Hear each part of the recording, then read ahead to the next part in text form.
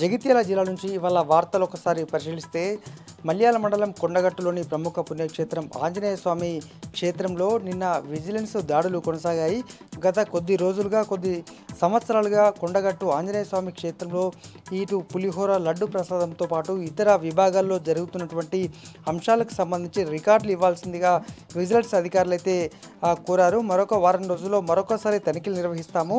ఈ సందర్భంగా నిన్న వచ్చినటువంటి కరీంనగర్ జిల్లాకు చెందినటువంటి విజిలెన్స్ అధికారులు పూర్తి స్థాయిలో డాటా వివరాలు సేకరించి మరిన్ని వివరాల కోసం అయితే మరొక వారం రోజులు అందుబాటులో ఉంచాలి, తమకు అందించాలని కూడా కోరడం జరిగింది. అయితే కొండగట్టులో విజిలెన్స్ తనిఖీలు అయితే కలకలం రేపుతుంది. మరి ఏం జరుగుతుంది, తలనీలాలకు సంబంధించి కావచ్చు, అలాగే లడ్డు ప్రసాదం పులిహోరకు సంబంధించి ఇంకా మిగతా అంశాలపైన కూడా విచారణ జరిపినట్టు మనకైతే తెలుస్తోంది. మరి మరొక వారం రోజుల్లో ఉన్నతాధికారులు మరొకసారి వచ్చి విచారణ జరుపుతామని తెలపడం జరిగింది.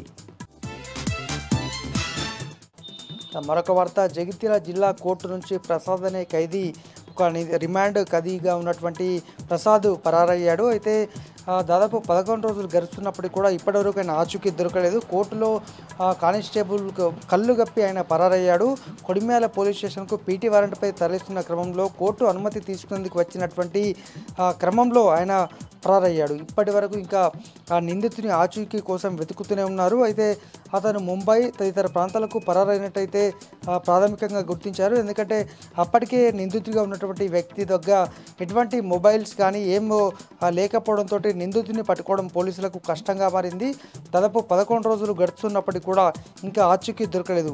ఇటు 6 టీంలుగా గాలించి ప్రస్తుతం అయితే ఇంకా వెతుకుతూనే ఉన్నటువంటి పరిస్థితి.